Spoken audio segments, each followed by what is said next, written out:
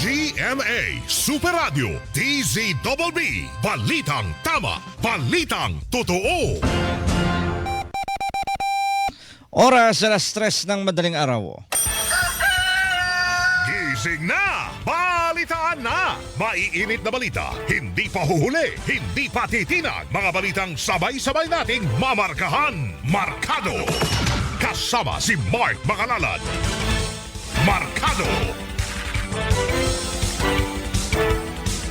Magandang madaling araw mga kapuso. Ngayon po ay Miyerkules, April 29, 2026. Tara na't markahan ang mga balitang dapat nyong malaman. Mga balitang siksik, mabilis at detalyado. Ito po ang programang Markado kung inyong kapuso, Mark Makalalad. Markado! Sa latag ng ating mga balita, unahin natin. Mga Transport Network Company o TNC nagsumite na ng malinis na listahan sa DSWD. Kung maalala, ikinadismaya ni DSWD Secretary Rex Gatchalian ang tinawag niyang basurang listahan ang mga TNC na naging dahilan para magkaroon ng problema sa pamamahagi ng cash assistance sa mga driver-rider. Kaya binigyan ni Gatchalian ng mga TNC ng hanggang nitong Lunes upang magsumite ng malinis na listahan. Sinabi na Assistant Secretary Irene Dumlao na ngayong nagsumite na ng clean list ang TNC, magtatakda sila ng panibagong petsa para mabigyan ang mga hindi pa totoong nakatatanggap ng ayuda. Markado! LTFRB target matapos sa susunod na linggo ang pamamahagi ng fuel subsidy sa transport sector. Ayon kay LTFRB Chairman Vigor Mendoza II, nagpatupad na sila ng iba't ibang mga hakbang para mapabilis ang pamamahagi ng subsidiya. Tulad na lamang ng pag-i-issue ng mga cheque sa mga transport service entity para sila na ang mga siwa sa pamamahagi ng subsidiya. Noong Lunes, nasa 447,000 na halaga ng fuel subsidy ang na-turn over sa 14 na mga bus operator sa Ilocos Norte para may pamahagi sa kanilang mga driver. Markado! Resolusyon naman na nagpapabusisi sa pagpapatupad ng lifeline rate subsidy at mandated na mga diskwento sa kuryente inihaing sa Senado. Sa Senate Resolution number 375 ni Senador Bam Aquino, binigyang diin nila sa ilalim ng Electric Power Industry Reform Act o EPIRA, may ibinibigay na lifeline rate drop.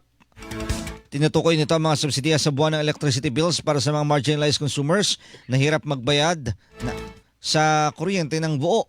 Pinagtitibay ito ng Republic Act number 1152 na ang mga benepisyaro ay mga miyembro ng Pantawid Pamilyang Pilipino Program. Markado! Malacanang inanunsyo ang pagtaas ng buffer stock ng langis sa bansa. Sinabi ni Palace Press Officer Undersecretary Clea Castro na batay sa report sa Malacanang ng Department of Energy, umabot na sa 54 na araw mula sa 52 ang araw ang supply ng langis sa bansa. Natalakayan niya ito sa sinagawang Uplift Committee meeting sa Malacanang na pinangunahan ni Pangulong Bongbong Marcos. Modrito nag-report na rin anya ang Department of Agriculture na sapat ang supply ng bigas, manok at baboy sa bansa na aabot hanggang sa katapusan ng taon. Maraming supply po ngayon, no? Ay lalo't wala naman ding okasyon para dahilan para magtaas ang demand. So pag kayo po yung namalengke, marami pong mga karne, maraming mga gulay, at iba pa pong mga produkto. Markado!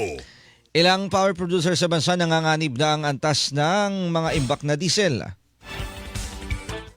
Ayon kay Jericho Jonas Ograls, Presidente at Chief Executive Officer ng Napocor, bunsod ito ng pagtaas ng presyo ng produktong petrolyo. Pero ginagawa na umano nilang lahat para matulungan ang mga apektadong power producer at maagapan ng worst case scenario na magkaroon ng rotational brownout. Paglinaw pa ni Nograles, walang kinalaman sa pagpapalabas ng Universal Charge for Missionary Electrification o UCME ang problema ng mga power producer dahil wala naman umanong pagkakaantala sa diesel subsidy. Markado! Botohan kung merong probable cause ng mga reklamong impeachment laban kay Vice President Sara Duterte posibleng isagawa ngayong araw. Ito ang sinabi ni House Justice Committee Chairperson Jervy Luistro kasunod ng isasagawang impeachment hearing mamaya.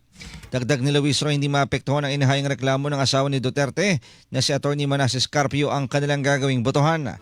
Matatanang nagreklamo si Carpio sa Quezon City Prosecutor's Office dahil sa paglabas sa pagdinig ng Komite ng Anti-Money Laundering Council o AMLAC ng kanilang report hinggil sa mga bank transactions ng mag-asawang Duterte. Markado! Petisyon na humihiling na itigil ang impeachment proceedings laban kay Vice President Sara Duterte ipinababasura naman ng Kamara sa Korte Suprema. Batay sa comment opposition ng ilang mambabatas na kabilang sa mga miyembro ng House Committee on Justice na sinumite ng Office of the Solicitor General, iginita hindi naman nagkaroon ng paglabag ang House Committee on Justice sa kanilang pagdinig sa reklamong impeachment laban sa Vice Presidente. Naniniwala rin ng Kongreso na walang naging pag-abuso sa kapangyarihan at ginamit lamang ng mga petitioner ang paghain ng mga petisyon para makaiwas sa accountability o pananagutan. Markado! Samantala, tax audit kay Vice President Sara Duterte sa asawang si Atty. Manasseh Carpio at sa siyam nilang negosyo ipinag-utos ng BIR. Inuutos mo nito ng BIR matapos makitaan na may probable cause para magsagawa ng pagsisiyasat sa mag-asawa. Kaugnay nito, inatasan na ng kawanihan ng kanilang mga revenue officer na suriin ang books of accounts at iba pang accounting records ng mag-asawang Duterte Carpio. Lain naman ito na makolekta ang tamang buwis para sa gobyerno kasabay ng paniniyak na igagalang ang karapatan ng mag-asawa at susundin ang mga pamantayan laban sa tax evasion at tax fraud. Markado! Pondo ng Senado para sa impeachment trial ni Vice President Sara Duterte, kasado na. Yan ang sinabi ni Senate President Pro Tempore Panfilo Lacson sakaling maiakyat sa Senado ang impeachment complaint laban sa Vice Presidente. Ang kay Lacson may mahigit 26 million pesos na magagamit ang Senado mula pa sa 2025 General Appropriations Act o National Budget. Samantala, sinabi naman ni Senate President Tito Soto na hindi na nila kakailanganin gumastos sa pagpapagawa ng robe dahil pwede na niya gamitin ang robe na ipinagawa nila noong nakaraang taon. Markado! Pangulong Bongbong Marcos ikinadismaya ang ulat na wala na sa Czech Republic si dating Congressman Zaldico. Sa press briefing sa Malacanang, sinabi ni Palace Press Officer Undersecretary Claire Castro na umaasa ang Pangulo na mapapauwi na ang dating mambabatas pero naudlot pa. Kaugnay nito, naniniwala ang palasyo na walang dahilan para humingi ng tawad sa publiko ang Pangulo kasunod ng pagkadismaya rin ng taong bayan. Gini Castro na hindi ito tinulugan ng gobyerno at ginawa pa rin ang lahat para maproseso ang pag-uwi ni Ko sa bansa. Sayang lang yung pagpunta doon ng mga matataas na opisyal natin, pati DOJ. Siyempre, may gastos yan, may budget. Hindi ba kinakailangan na embahada muna natin yung makipag-ugnayan? Di ba? Parang nabaliwala kasi ang punta. In-expect natin merong malaking development pero wala naman. Markado! Dating Congressman Zaldico nag-apply ng political asylum sa France. Ayon yan kay Palace Press Officer Undersecretary Claire Castro base sa natanggap na impormasyon ng Department of Foreign Affairs o DFA. Sinabi ng Castro na sa ngayon ay nasa bansang France si Ko at sinasayalim na sa French authorities. Ayon kay Castro, hindi nakakulong si Ko sa France. Kailangan lamang itong dalhin doon dahil may pending petition na ito for asylum. Markado! Pilipinas ginagawa pa rin ang lahat para mapauwi ng bansa si dating Congressman Zaldico. Yan ang binagyang diin ni Palace Press Officer Undersecretary Claire Castro sa kabila ng impormasyon na nag-apply na ng asylum sa France ang dating mambabatas. Ayon kay Castro, ginagawa ng pamahalaan ng lahat ng diplomatikong paraan, proseso at channels para maiuwi sa Pilipinas si Ko at harapin ang kanyang kaso dito sa bansa. Ibinatawag na ng Pangulo ang Ambassador ng France at Charge d'Affaires ng Czech Republic bukas para malaman ang buong detalye o sirkumstansya ng sitwasyon ni Ko. Markado! Pilipinas, nagsumita ng mga kakulang dokumento sa Interpol para sa hiling ng pagpapalabas ng Red Notice laban kay dating Congressman Zaldico. Itong kinumpirma ni Undersecretary Romeo Prestosa, Executive Director ng Philippine Center on Transnational Crime. Umasa ang PCTC na maproba ng kanilang hiling matapos na may sumiti ang mga ebidensyang magpapatunay sa mga kinakaharap na kaso ng dating kongresista sa Sandigan Bayan. Ang Red Notice ay hindi international arrest warrant kundi isang alerto o hiling na nilalabas ng Interpol para hanapin at ipaalam sa mga bansa ang isang taong pinaghinalaang nahaharap sa mabigat na krimen. Markado! Paghahanap naman kay dating Congressman Zaldico sa Schengen area magiging pahirapan na. Nabatid na sa ilalim ng kasunduan ng mga bansang nasa ilalim ng Schengen area ay maaaring magpalipat-lipat dito ang mga individual na mayroong Schengen visa. Ayon sa international expert na si Professor Michael Chu, wala masyadong ipinatutupad na checkpoint sa loob ng Schengen area at maaaring magpunta kahit saan ang dating kongresista. Sa kabila ng kanselasyon sa mga pasaporte ni Ko, nilinaw ni Chu na hindi rin naman agad aaresto ng dating kongresista dahil kinakailangan muna siyang makitaan ng dahilan para hulihin ang mga otoridad. Markado! DOJ aminadong walang alam sa eksaktong lugar na kinaroroonan ngayon ni dating Congressman Zaldico. Sa pakikipagpulong ng DOJ sa Czech counterparts, hindi umano sinabi sa kanila kung kailan nakalaya si Ko at kung nasaan na ito sa ngayon. Pero hinala ni Justice Secretary Frederick Vida, malamang ay nasa loob pa rin ito ng Schengen territory dahil paso expired na ang kanyang pasaporte. Base sa impormasyon ng DOJ, kasama umano ni Ko ang isa niyang anak at Pilipinong driver ng maharang sa German border. Markado! At charge d'affaires ng Czech Republic at ambassador ng France pinatawag na sa Malacanang ni Pangulong Bongbong Marcos. Ayon sa palasyo, alamin ng Pangulo ang buong detalye ng estado ngayon ni dating Representative Zaldico. Una nang sinabi ng Department of Foreign Affairs na batay sa nakuha nilang impormasyon, may petition na for political asylum sa Francisco. Sinabi ni Palace Press Officer Undersecretary Claire Castro na layon din ng pulong alamin kung mayroong pagkukulang sa paghawak ng kaso ni Ko at paano matitiyak na hindi na ito mauulit sa hinaharap. Markado! Mga kapuso, yan pong unang bahagi ng ating balitaan. Standby lang po kayo dahil magbibigay daan lamang tayo sa ilang mga paalala. Ang oras natin, 11 minuto makalipas ang 3:00 ng madaling araw. Labanan ng fake news, dapat totoo. Markado sa Super Radio DZBB. Markado! Super Radio DZBB. Balitang tama, balitang totoo.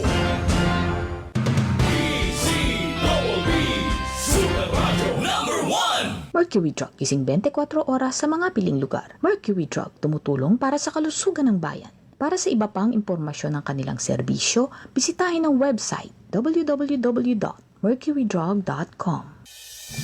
Pagbabalitang walang kinikiningan, walang pinoprotektahan, walang kasinungalingan, serbisyong totoo lamang. Super Radio DZBB. Hindi pa huli, hindi pa titinag. Super Radio DZBB. Prime Time. Alas 6 hanggang alas 7 ng umaga. Walang humpay na pagbabalita at paghimay sa issue. Melo del Prado sa Super Radio DZBB. Alas 7 hanggang alas 8 ng umaga. Ratsyana naman sa pagbabalita ang tambalang Joel Reyes-Abel at Melo del Prado sa Super Balita sa Umaga Nationwide. Alas 8 hanggang alas 9 ng umaga. Malalimang pagtalakay sa mga init na balita. Hatid ni na Rowena Salvacion at Joel Reyes-Abel sa Saksi sa Double B. At alas 9 hanggang alas 10 ng umaga, hindi pa aawat ang tambalang Arnold Clavio at Connie Season sa pagtalakay sa mga isyu ng bayan. Sa one-on-one, walang personalan. Super Radio DZBB Prime Time. Pagbabalitang walang kinikiningan, walang pinoprotektahan, walang kasinungalingan, serbisyong totoo lamang. Super Radio DZBB Prime Time. Para hindi mahuli sa mga balita, sundan ang mga social media account ng Super Radio DZBB. Mag-subscribe sa aming YouTube channel at i-follow kami sa Facebook, TikTok at X. Hanapin lamang ang Super Radio DZBB para makita ang aming mga official social media account. Tutok na para sa mga balitang tama at totoo, mga kapuso. Mercury Drug, gising 24 oras sa mga piling lugar. Mercury Drug, tumutulong para sa kalusugan ng bayan. Para sa iba pang impormasyon ng kanilang serbisyo, bisitahin ang website www.mercurydrug.com. Nangunguna sa Mega Manila ang GMA Radio sa buwan ng Marso ayon sa AGB Nielsen Media Research. Number 1 sa AM station ang Super Radio DZBB 594 na nakakuha ng 56.3% audience share. Number 1 sa FM station ang Barangay LS 97.1 na nakakuha ng 54.9% audience share. Damang-dama namin ang init ng inyong pagmamahal, mga kapuso at kabarangay. Maraming salamat po dahil kami pa rin ang numero 1 sa inyong puso. Super Radio DZBB at Barangay LS 97.1 GMA Radio Number 1. DZBB Super Radio Number 1. Ako Ako po si Cathy San Gabriel. Higit pa naming palalawigin ang paglilingkod sa inyo mga kapuso sa pamamagitan ng SOS, Serbisyo on the Spot. Mas mabilis na pagtugon sa inyong mga katanungan patungkol sa iba't ibang serbisyo ng gobyerno at paghahatid ng payong legal ng walang kinikilingan, walang pinoprotektahan. Noon at ngayon, serbisyong totoo.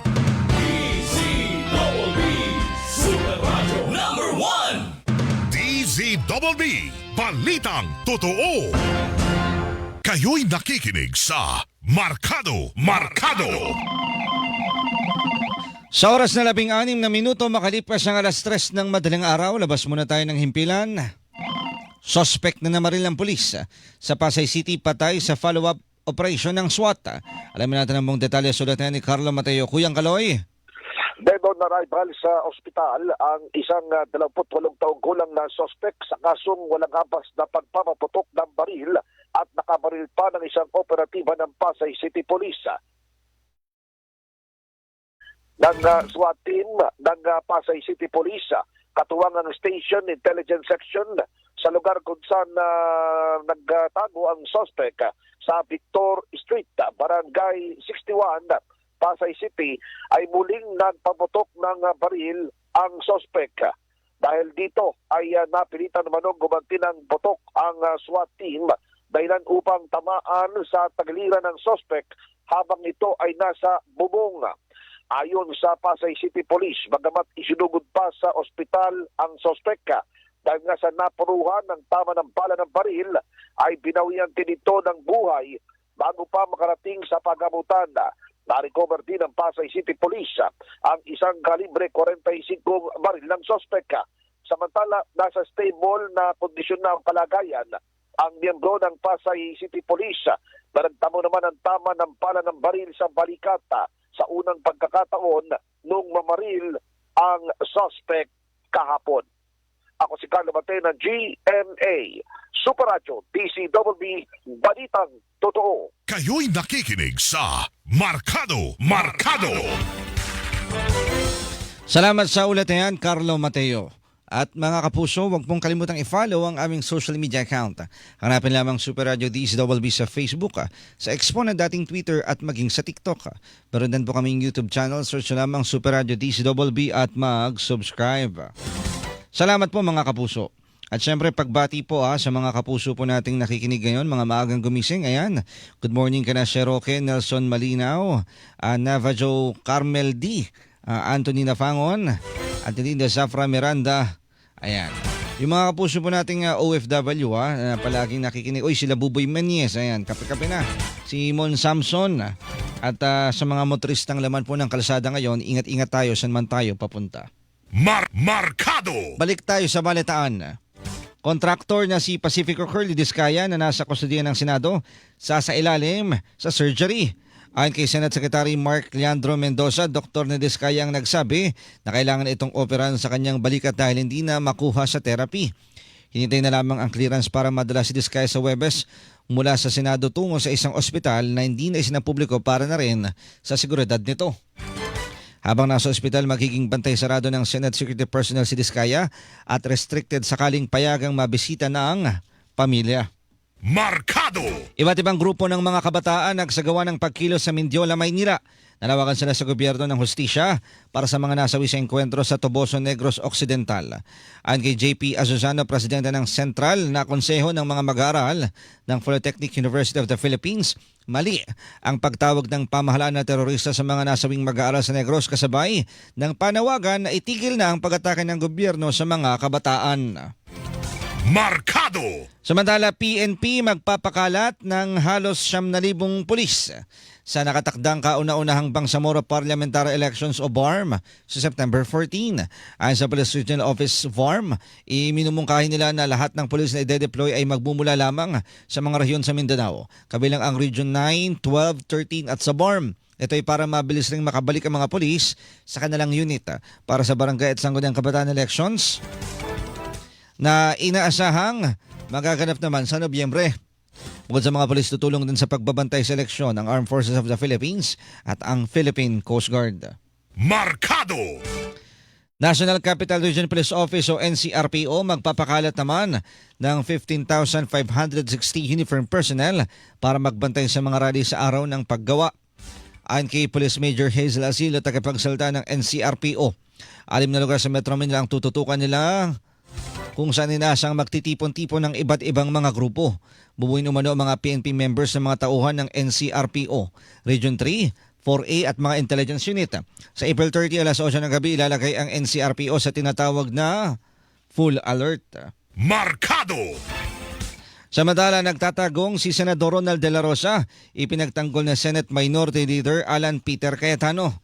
Mula yan sa mga batikos at panghikayat kay De La Rosa na wag munang tumanggap ng sweldo dahil hindi naman siya pumapasok sa Senado. Ayon kay Cayetano, hindi kagustuhan ni De La Rosa na hindi pumasok sa Senado at napipilitan lamang na magtago dahil sa bantang pag-aresto sa kanya. Hindi anya lumalantad si De La Rosa dahil sa kawalan ng katiyakan mula sa gobyerno na poprotektahan siya kapag ipinaaresto ng International Criminal Court o ICC. Markado! Kampo ni Senador Ronald Bato de la Rosa, kinukonsidera naman ang mungkahing wag muna siyang tumanggap ng sweldo at mga allowance. Ayon kay Senator J. Versito, Chairman ng Senate Committee on Ethics, ipinarating ng kampo ni de la Rosa na seryoso nilang pinag-aaralan ang mungkahi. Una nang iminungkahi ni Ejercito at Senate President Vicente Sotto III na wag munang kumuha ng sweldo at allowance si de la Rosa habang hindi pumapasok sa Senado. Ayon kay Ejercito, posibleng mabasura ang ethics complaint kay de la Rosa kung hindi nakukuha ng sweldo at allowances dahil dito nakabase ang kinakaharap nitong reklamo sa Ethics Committee. Hindi na kailangan pang umabot sa ganun wala na lang pagkukusa. Maraming ang naiinggit pagka ganun na may sweldo ka. Wala ka naman pasok. Markado! Siyam na reklamo sa Senate Ethics Committee laban sa ilang senador sinimula ng aksyonan.